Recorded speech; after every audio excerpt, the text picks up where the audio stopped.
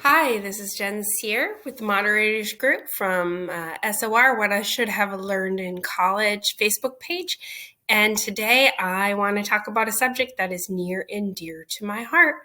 I want to talk about the different vowel circles that are out there in the SOR world, explaining the phonology for our vowels in English.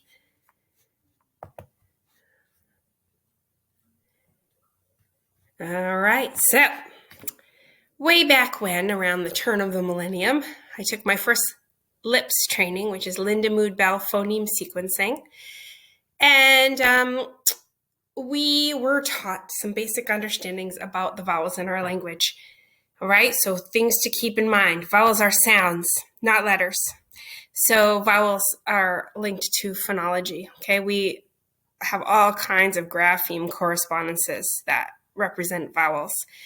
Vowels are voiced, right? So when you think about consonants, you can think about how some consonants activate your voice box and some do not. And that is one way that we can teach kids the difference between, for example, f and v, where the articulation looks very similar, but one activates the voice box, v, and one does not.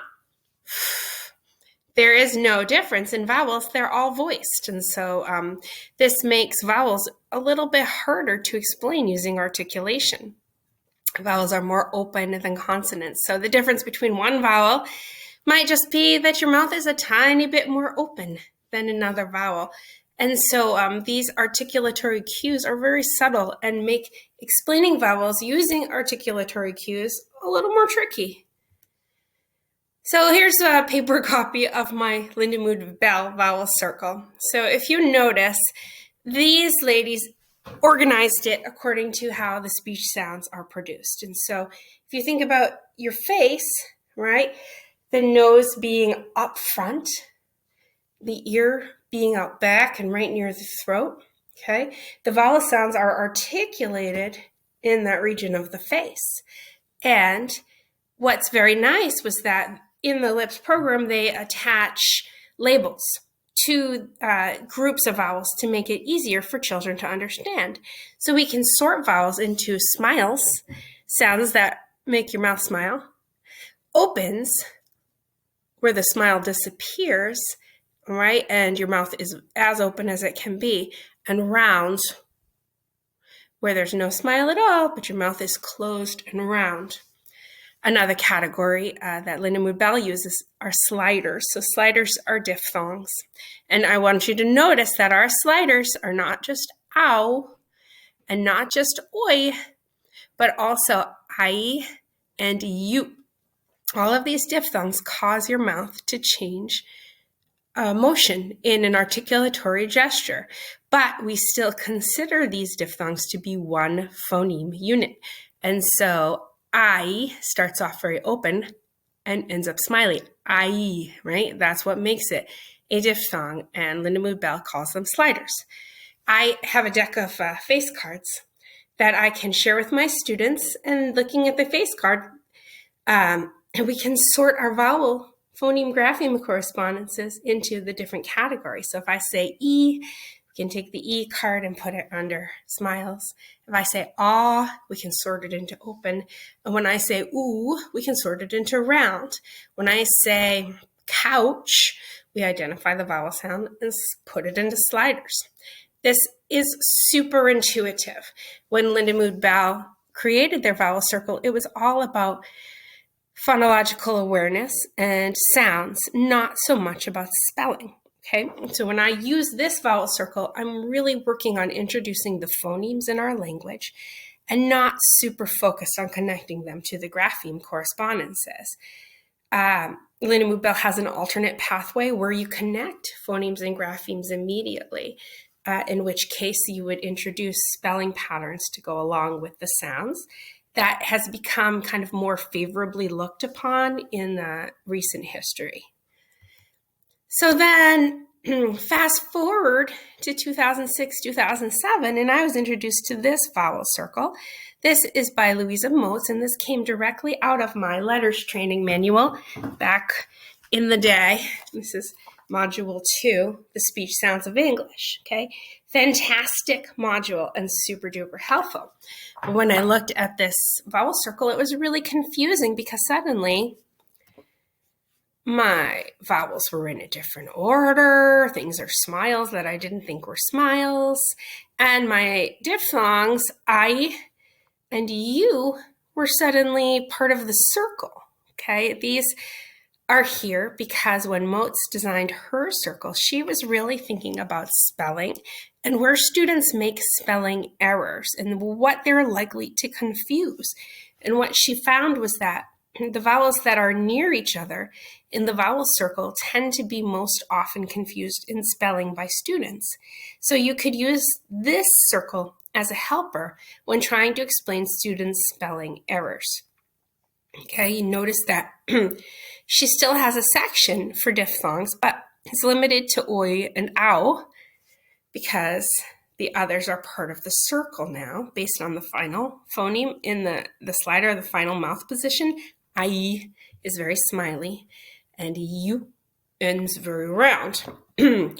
Also, you can see the R control vowels are represented here with R, and or. Motes also includes the schwa.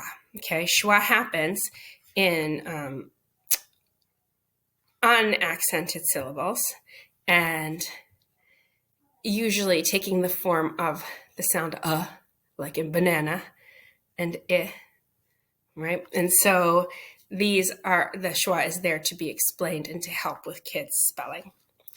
Now, fast forward just a few more years, and Dr. Mary Dahlgren introduces this very cool graphic. So if you kind of look at it very closely, and I know it's hard to see on this slideshow, but you will see that the vowel circle is actually the same vowel circle that Motes created. But what Dr. Dahlgren did was impose images of children's faces as they are producing the sound. So kids could see the exact articulation and could see how their mouth changes as they articulate the sounds. And you can see that the sliders or the diphthongs fit in there, right?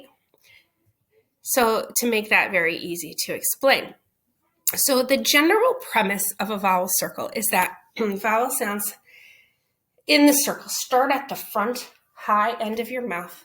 The sounds travel down the cellar stairs into the basement and then up the back door. Okay, so when I'm making my very intuitive Linnemood vowel circle, my mouth moves in one fluid gesture from the smile to the open to the round position. E, I, a, aw, o, oo. And kids can feel that, right? It's a good way to explain how vowels are organized. When you do Motes's, it's a slightly different feeling. So you're going E, I, a, I, aw, o, oo, you. And I feel as though including the diphthongs in there makes it, gives it a little interruption in the fluidity of the circle, but is very helpful when it comes to explaining children's spelling. So I have this hanging on my wall in my classroom, and when a child makes a spelling mistake, usually confusing something like and or and or and right? I can then gesture to the face pictures, and I can explain how is a little more smiley than which is a little more open, and have the kids feel the difference so that they can start to kind of get a multi-sensory trace for how the sound system works. I found Dahlgren's posters to be extremely helpful during the pandemic because I'm wearing a mask most of the time, and it's very hard for children to see my articulation. It's very hard to give them permission to look into a mirror. And so these face pictures give us an easy reference for when we need to check a sound. All right, I hope this explanation of the different vowel circles has been helpful to you.